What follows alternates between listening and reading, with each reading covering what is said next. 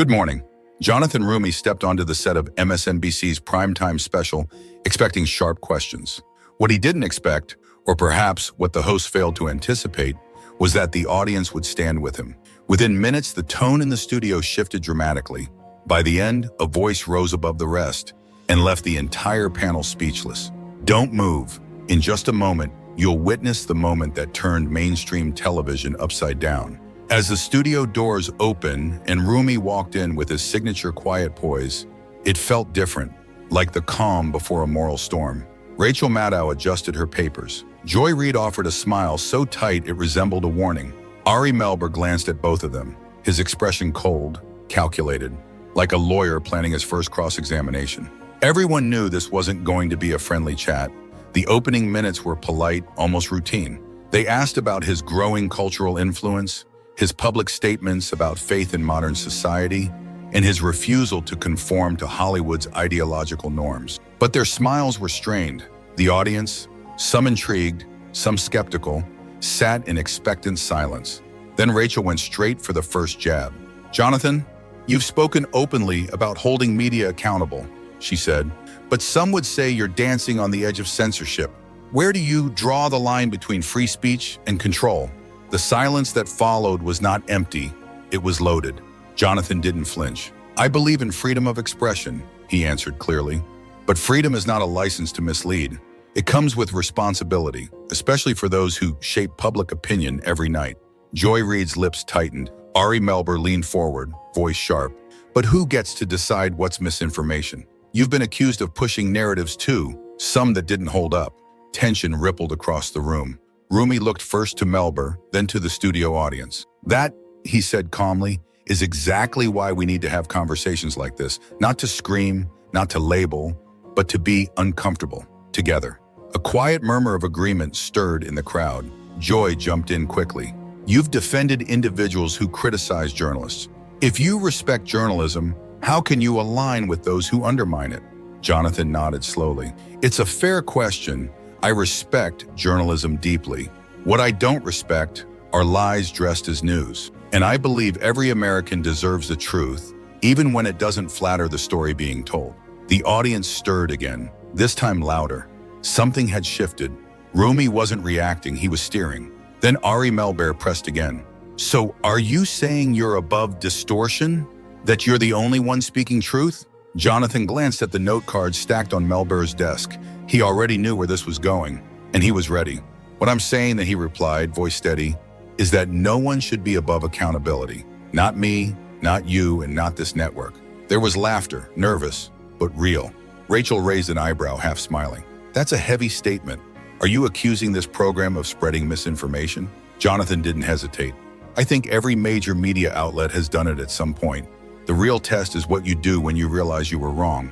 Rachel gently tapped the table with her pen. "Let's not pretend all voices are equal. We have standards. We don't promote conspiracies." Roumie tilted his head just slightly, calm, composed.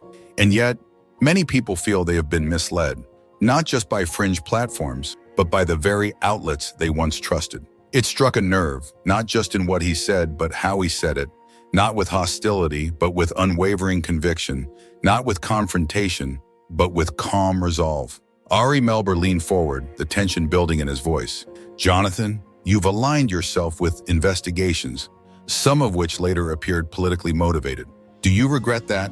Roumie didn't rush to answer. "No," he said with quiet weight, "because the truth doesn't ask for permission. It doesn't care about politics. I followed what was real, even when it was inconvenient."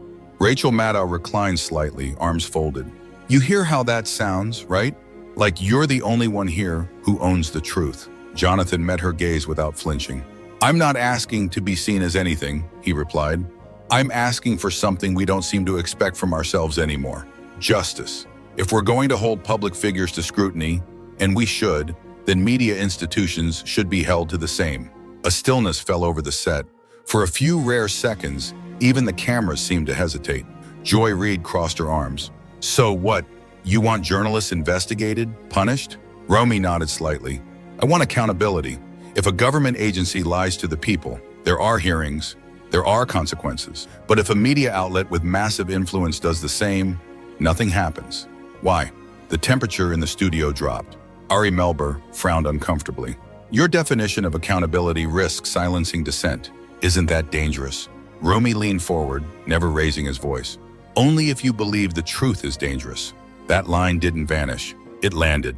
There was a beat of silence, then a soft clap from the audience, then another, and then more. The producers froze. That moment wasn't in the rundown. Rachel cleared her throat. Let's pivot. Public institutions. Do you believe agencies like the DOJ or police have become politicized? Parts of them, yes, Roumie answered without hesitation. And that should concern all of us, right or left. Institutions are meant to serve the Constitution, not political convenience. That's when something shifted. Not because of volume or accusation, but because the room began to feel something. The audience, the crew, even some on the panel. It wasn't intellectual anymore. It was emotional, and no one was prepared for what came next. When a story matches your politics, Roumie said, tone calm but unshakable, it's called important. When it challenges them, it gets dismissed, or worse, mocked. Behind the scenes, producers exchanged nervous glances. Reid snapped back. We've had conservatives on this show before. Yes, Roumie nodded. And how were they treated? The question didn't need an answer.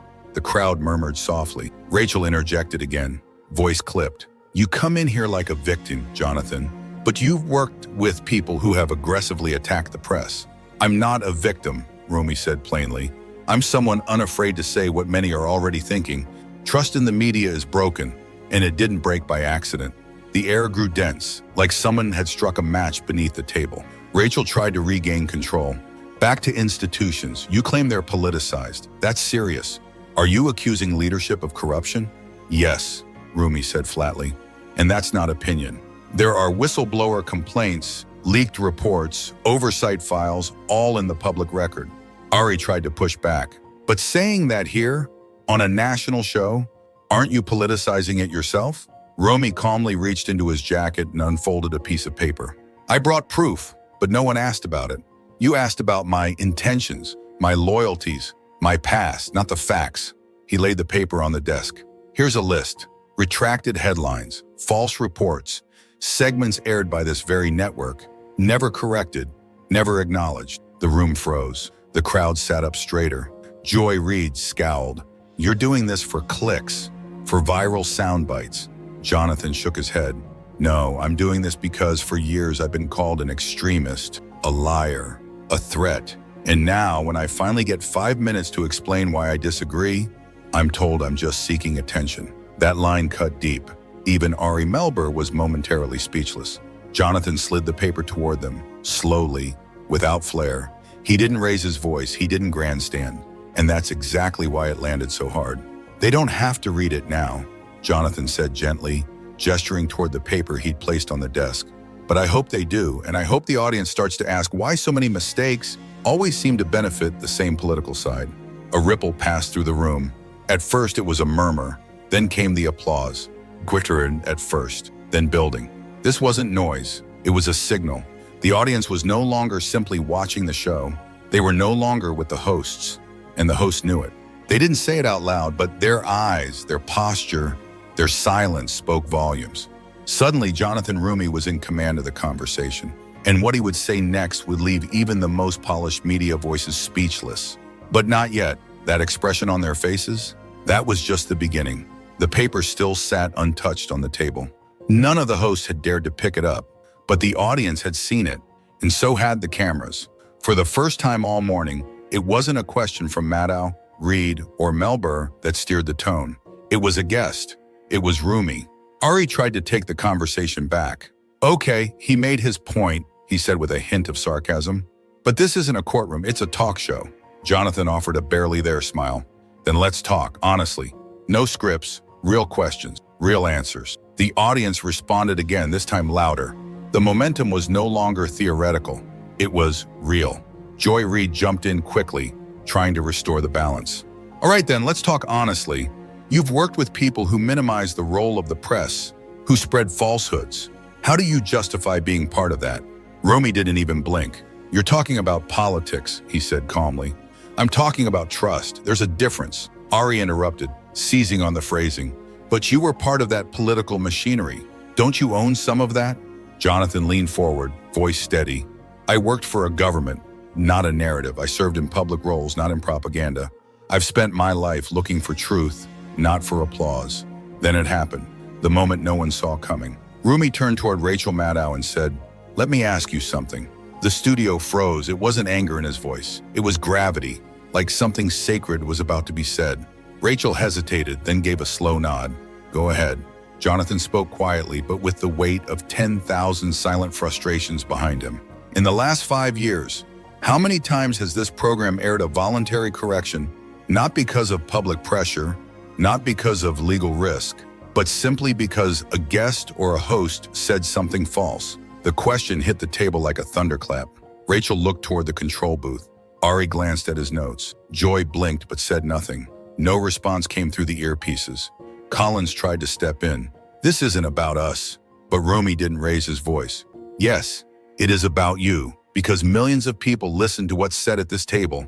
And if you demand accountability from public officials, why not from yourselves?" Silence. Not the awkward kind, the profound kind, the kind that rearranges people. 5, maybe 6 seconds passed. No one filled it, because there was nothing to say that didn't sound hollow. Finally, Rachel spoke, quieter than before. "That's a good question. I don't know the number." Jonathan leaned back slightly. That's all I needed to hear. The audience didn't just clap this time. They applauded with intention, with clarity. It was no longer a studio audience, it was a moral jury, and their verdict was becoming clear. Joy tried to recover. "He's treating us like we're journalists, but we're commentators. We share opinions, and opinions are powerful." Jonathan responded softly but sharply, especially when they're dressed up as facts. It wasn't just what he said, it was how he said it. Steady, measured, unshaken. Not like a man making a point, like a man revealing a truth they weren't ready to face. And the audience, both in the studio and at home, felt it. They weren't just listening anymore, they were seeing. By now, it no longer felt like an attack on Jonathan Roumie. It felt like a revelation about the program itself. But Roumie wasn't finished, because what came next would draw a direct and painful line between the press and the crisis of public trust. And this time the hosts weren't just defensive, they took it personally. The once controlled table now boiled with tension. Rachel Maddow leaned forward, her tone clipped. "Let me ask you something, Jonathan. You talk a lot about responsibility, but do you regret anything you've said publicly? Anything you wish you hadn't?" She wasn't looking for reflection. She was hunting for a crack. But Roumie gave her nothing soft to grab. "I regret," he said gently, "how quickly the truth gets buried. Not that I tried to unearth it." Ari Melber raised an eyebrow. "That sounds rehearsed." "No," Roumie replied, steady as ever. "It sounds honest, and that's what makes it uncomfortable." Joy Reid jumped in, sharper now.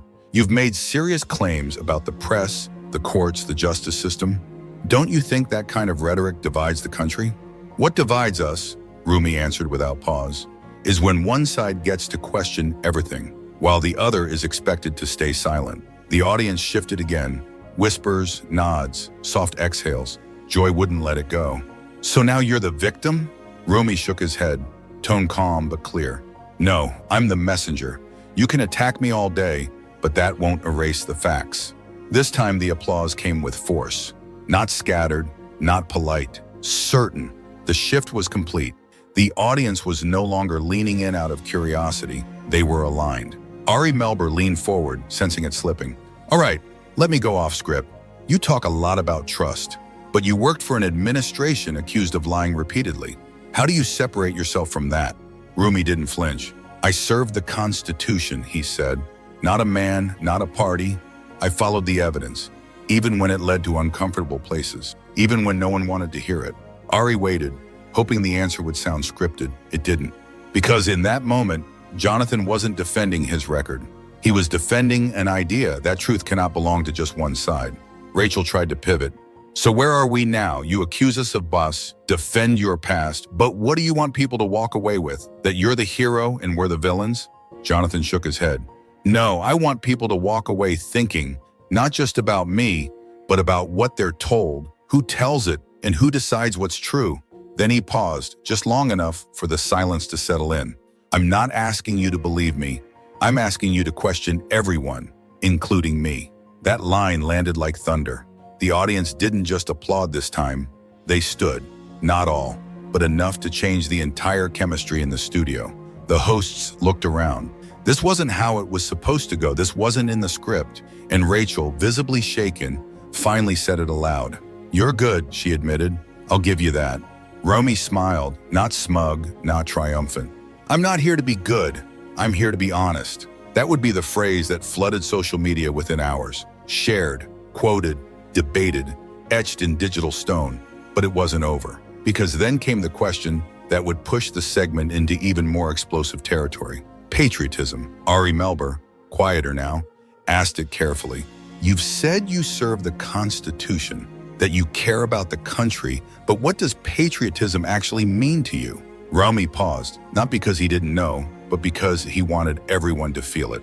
"Patriotism," he said finally, "is standing up for your country even when it's hard, even when it's unpopular, even when your own side doesn't want to hear you." Reid cut in, voice rising. "But what country are you talking about? Because what you represent, it's not the America we believe in." Jonathan turned to her, unwavering. "I represent all of it. Not one ideology, not one narrative.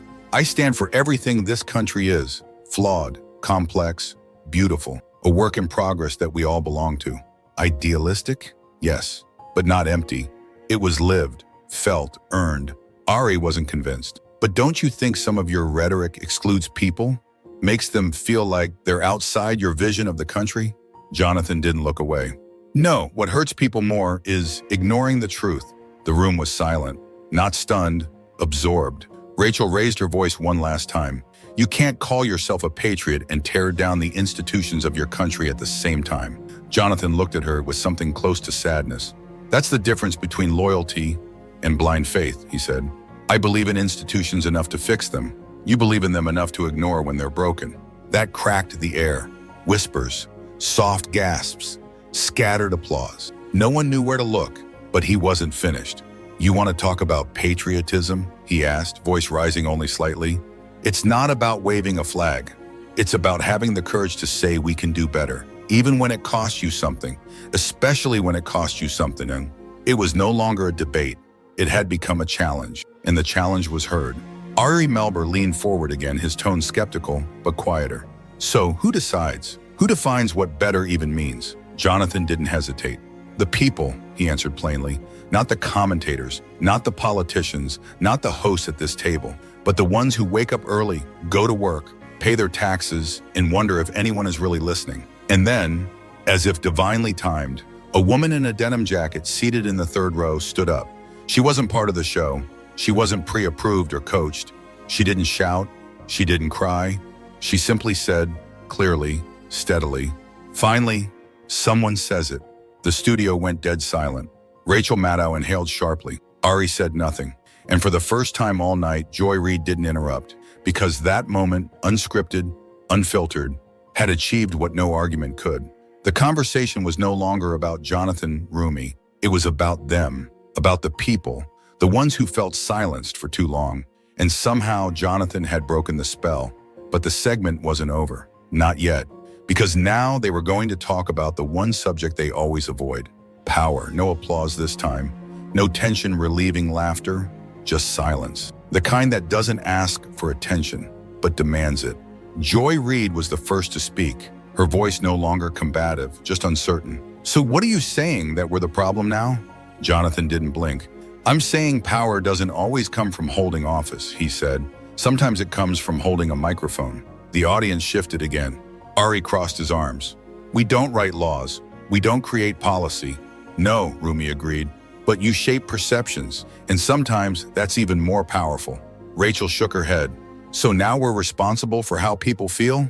Jonathan paused. "You're responsible for what you say, just like I am. The difference, when I make a mistake, there's scrutiny. When you do, there's another segment, and nothing changes." The audience leaned forward, not to clap, but to hear. Joy tried to regain footing. "You've shaped perceptions too. You're not exactly outside the system." "I'm not pretending to be," Jonathan said softly. "I've seen how this works from inside, and I've also seen what it looks like when it gets abused, from both sides." Ari tried again. "Then why come here? Why subject yourself to this?" Jonathan nodded slowly, looked around the studio. Because people deserve to hear something that wasn't screened by a PR team. Because this room, he gestured, is where a lot of people decide what to think about leaders, about issues, about truth itself. Then he turned it again. But now, let me ask you something. The room froze. Even the producer stopped moving. Rachel gave a reluctant nod. Go ahead. Jonathan leaned in, not to confront, but to reveal. You've asked me about my loyalties, my past, my flaws. But what's your responsibility? When you know something is wrong, yet it fits the narrative, do you say it anyway? Or do you stay silent? The question didn't accuse, it exposed. Joy opened her mouth. Nothing came out. Ari looked at Rachel. Rachel looked out at the crowd. No answer. Because this wasn't a yes/no question. It was the question, who controls the story? And who pays the price when it's wrong? Jonathan didn't press. He just let the moment hang, like incense in a cathedral. Then he added, I'm not saying you're bad people. I'm saying you have power. And power without reflection becomes control. That line cut the air. Even the cameramen slowed, as if they didn't want to disturb it.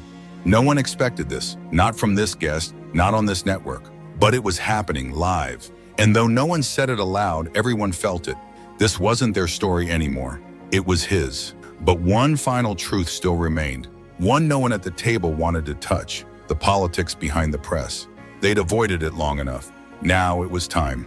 Rachel stepped in, cautious now. Okay, since we're talking about power and perception, let's talk about political bias. You've implied it, so just say it. Do you believe this show has a political agenda? Jonathan didn't even blink. Yes, the word dropped like a hammer. Rachel blinked, almost surprised by the bluntness. Just like that, he nodded. Yes, no qualifiers. Ari tried to spin it. Because we have values, progressives call it bias, conservatives call it truth. Jonathan remained calm. I call it bias when facts are filtered through ideology, and I think that happens here all the time. Rachel Maddow leaned forward, not with another question, just to listen. Rachel Maddow folded her hands. We say what we see, and what we've seen in recent years is dangerous rhetoric, conspiracy theories, and attacks on democracy. We're not going to pretend both sides are equal, because they're not. Jonathan leaned forward slightly. I'm not asking you to pretend. I'm asking you to apply the same standard. If you call out misinformation on one side, you should be willing to call it out on every side. There it was. The one thing they had hoped wouldn't be said clearly, calmly, live on air. Joy Reid bristled. Give us an example. Jonathan didn't flinch. He had it ready. The Hunter Biden laptop story was labeled Russian disinformation. Headlines called it a hoax. Social media censored it. And this program, like many others, never corrected it, even after the truth came out. That broke something. The air in the room thickened. The audience didn't clap. They just stiffened because they remembered. Ari responded quickly. That story wasn't verified at the time. It was uncomfortable at the time, Roumie countered. And that's the problem. Facts shouldn't depend on the calendar. Rachel narrowed her eyes. So you're saying we suppressed it? I'm saying the media environment punished anyone who questioned the official version. And when the truth changed, no one was held accountable. Joy raised her voice slightly. So what? You want us to apologize right here? Jonathan shook his head. No, I don't want a spectacle. I want transparency. I want the public to hear both sides, to be trusted with the facts, and to be free to decide for themselves. Then he paused, just long enough for it to land. That's not left wing. That's not right wing. That's called freedom. And the audience didn't applaud politely. They reacted, not to him, to the truth he had just spoken aloud. Ari leaned back, arms folded, not angry, just quiet. He had just realized what had happened. The audience had connected with Roumie's voice, not theirs. Jonathan continued, voice lower now. When the media acts as a filter instead of a mirror, it stops being journalism. It becomes influence. A murmur swept the room. Even at home, on couches and phones and televisions across the country, people were beginning to ask themselves something no script could control. Have I only been hearing what someone else wants me to believe? The atmosphere turned heavy. The program was still live, but the line had been crossed. There would be no polished closing, no staged wrap-up. This was no longer about narrative. This was about reckoning. A few minutes later, it was Ari who broke the silence. His voice sounded different now, less clipped, more cautious. You've said the media is broken, that this show is biased. that people should question what they hear. So, what now? What's your solution? Jonathan looked across the table. His words didn't punch. They pierced. My solution, he said, it's conversation. Not monologues, not sound bites, but real, uncomfortable, one-on-one conversations. Like this. He let it breathe. I don't hate the press. I'm not afraid of it. I just want it to do better. Joy leaned in, trying once more. That sounds nice. But let's be honest. Most of what you've said tonight is going to be edited, chopped up, twisted. Jonathan looked right at her, then directly into the camera. Maybe, but people aren't stupid. They know when something's been manipulated, and they're tired. Then he said it. The line that would travel faster than any clip, caption, or edit. I'm not here to change anyone's mind. I'm here to remind you that you have the right to have one. That was the moment. The one that would be quoted in articles, reposted in reels, and debated on talk radio. It was clean, sharp, undeniable. Rachel Maddow looked down at her notes, then pushed them aside. Ari Melber leaned back. Reid stayed still. None of them had anything left to say. Even they felt it now, the loss of control, and Jonathan wasn't finished. You asked earlier if I regret anything, he said. I don't regret standing for what I believe, even when it's hard. Then he paused, this time letting it hang longer. What does hurt is how many people now feel they can't speak freely, that if they say the wrong thing, they'll be labeled, canceled, or just ignored. He looked down. That's not democracy. That's control, disguised as conversation. And that's when the camera caught it. Not applause, not rage, but something far more dangerous to the media gatekeepers. Realization. The public responded, not with applause alone, but with something heavier. Conviction. It was louder now. No longer just a studio audience. It was a room of people who had just watched a man remove a mask in real time. Reid tried one last time. Don't you think platforms like this at least try to give people space to speak freely? Jonathan looked at her gently. I think you give space, but only to those who already agree with you.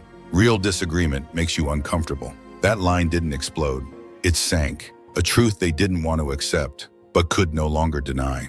Ari sighed, the wind gone from his voice. So what now? Do we just agree to disagree? Jonathan smiled slightly. No, we listen, even when it hurts, especially when it hurts. The segment was ending. The cameras were panning out, but the energy remained. Not because of outrage, but because the damage, or the revelation, depending on your view, had already been done. As the outro music played and the studio lights dimmed, no one at the table knew exactly what to say, except him. Jonathan turned to the hosts one last time. Thank you for inviting me, and I mean that. They could tell he meant it, because love him or hate him, he hadn't come to destroy. He had come to disturb, and he had succeeded. But one moment remained, a moment the producers didn't script, a moment no one saw coming. The camera shut off, the logo disappeared, the applause light flickered, and the crowd clapped again. But not out of obligation, not for show. It was reflective applause, the kind people give when they've heard something they didn't expect and can't stop thinking about. The hosts stood first. They gathered their notes without speaking, avoided each other's eyes. Jonathan sat still for a moment longer. No rush. He had done what he came to do. When he finally rose, he didn't look at the hosts. He looked at the audience and nodded. A simple gesture, but it landed. Then it happened. A crew member, headset still dangling, walked up to the producer and whispered something. The producer turned quickly, scanning the set. He wasn't looking at the hosts. He was looking at the audience, because something strange was happening. People were coming forward, not to protest, not to confront, just to speak, to shake his hand, to say something quietly.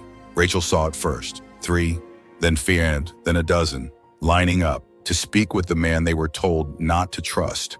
A woman in the front row, the same who had stood earlier, touched Jonathan's arm. I don't agree with everything, she whispered, but thank you for saying what no one else dares to. He felt it, not as applause, but as recognition. No microphones, no viral clips, just truth in the hallway. A production assistant asked a question. Should we cut the backstage cameras? The answer came back, don't, let it roll. Because this wasn't about a guest anymore. It was about a shift, a break, a moment that felt real. Another crew member leaned in and said to Jonathan, you got people talking. That doesn't happen here. He smiled. That was the goal. Minutes later, the hosts emerged backstage. Rachel walked past without a word. Ari offered a polite nod. Joy looked tired, not irritated, just quiet. No one said it aloud, but everyone felt it.